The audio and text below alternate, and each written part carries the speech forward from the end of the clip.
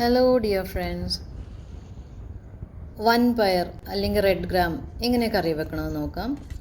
ഞാൻ ഒരു കപ്പ് വൻപയർ തലേന്ന് കുതിർത്തി വെച്ചതാണ്. കുക്കറിലേക്ക് പയറിട്ടതിന് ശേഷം 2 പച്ചമുളക്, ഇഞ്ചി, വെളുത്തുള്ളി, വേപ്പില. ഇഞ്ചി ഒരു ചെറിയ കഷ്ണം, വെളുത്തുള്ളി ഒരു 3 എണ്ണം, സവാളയുടെ പകുതി അരിഞ്ഞത് ഇട്ട് കൊടുക്കാം. ഇതിലേക്ക് 1/4 ടീസ്പൂൺ മഞ്ഞൾപ്പൊടിയും ഉപ്പും ഇട്ട് കൊടുക്കാം. ഞാനിപ്പോൾ കല്ലുപ്പാണ് എടുത്തിരിക്കുന്നത്. 1 കപ്പ് വൻപയറിന് 1 കപ്പ് വെള്ളവും ഒഴിച്ചു കൊടുക്കാം. കുക്കർ മൂടിയതിന് ശേഷം ഒരു 2 വിസിൽ കൊടുത്ത് വേവിച്ചെടുക്കാം. ഇതാ നല്ലോണം വെന്ത് കഴിഞ്ഞു. ഇത് നമുക്ക് താളിച്ചു കൊടുക്കാം.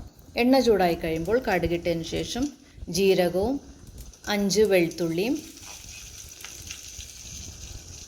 8 ചെറിയ ഉള്ളി അരിഞ്ഞതും ഇട്ട് കൊടുക്കാം. ഇതിട്ട് ചെറുതായിട്ടൊന്ന് വഴണ്ടു വരുമ്പോൾ ഇതിലേക്ക് വേപ്പില ഇട്ട് കൊടുക്കാം.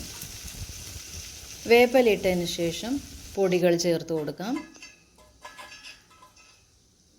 നേരത്തെ തന്നെ മഞ്ഞൾപ്പൊടി ഞാൻ ചേർത്തിരുന്നു. 1/4 ടീസ്പൂണും കൂടി ഇടുന്നതാണ്.